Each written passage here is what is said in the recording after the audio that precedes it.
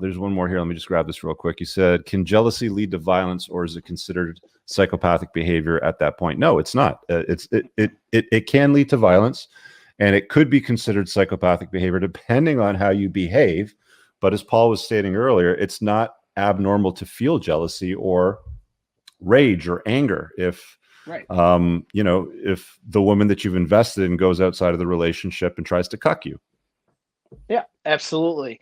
And so, and actually on that, so violence was how, so even with chimpanzees, which have bigger nuts and a lot more swimmers, and they're more promiscuous than gorillas, still do protect their paternity and still use violence in their tribes to get that hierarchy. And if opposing chimpanzee comes in, they hold him down and rip his nuts off.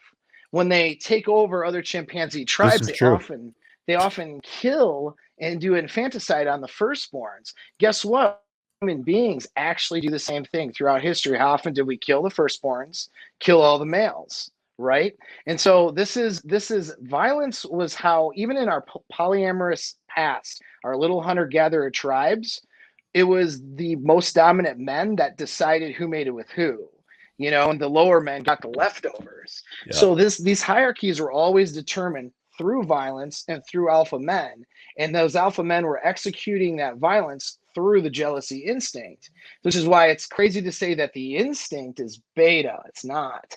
Now, here's what happens though in our society now. I can't just beat somebody up until I feel better and not go to jail, right?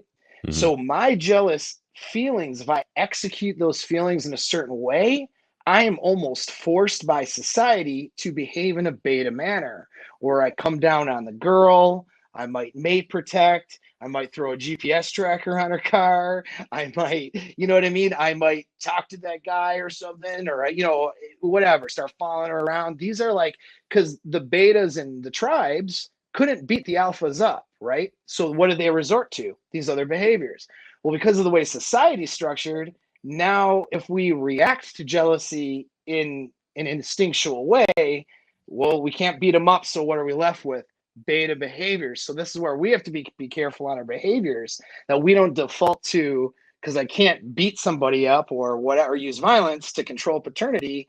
I have to, look at my behavior so they don't show up as beta, and that they don't send beta signals to the woman and to everybody else around me.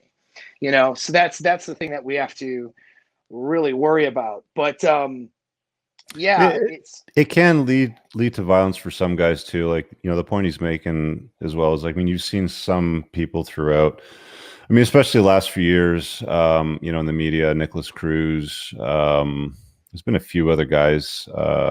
Who's that other dork that was making videos on YouTube about being so handsome, but he couldn't get any girls sitting in his BMW? What the hell was his name? I don't know.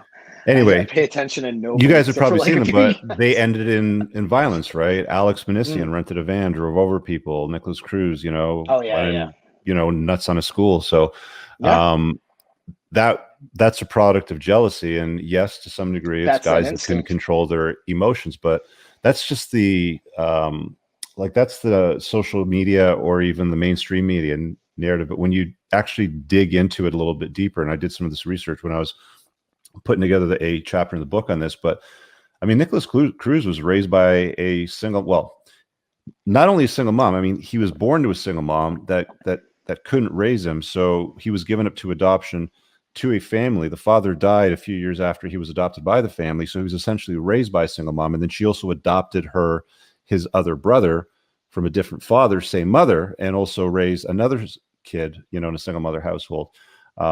Kids like this don't do that well because they never learn how to deal with rejection. They don't have a strong masculine male role model in the household.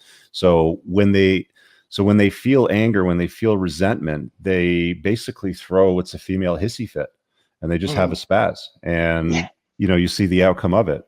Right. Yeah, that's it. Elliot Rodger. There it is, Elliot Rodger. Yeah, and betas can be violent too. You know what I mean? It's violence is not isolated towards, we say, alpha or beta behavior, but and that's just placeholders. Like when we're saying alpha, beta, it's okay. The higher value guy is obviously sitting there, and the beta is more of the provider on the low end of the scale, right? Right.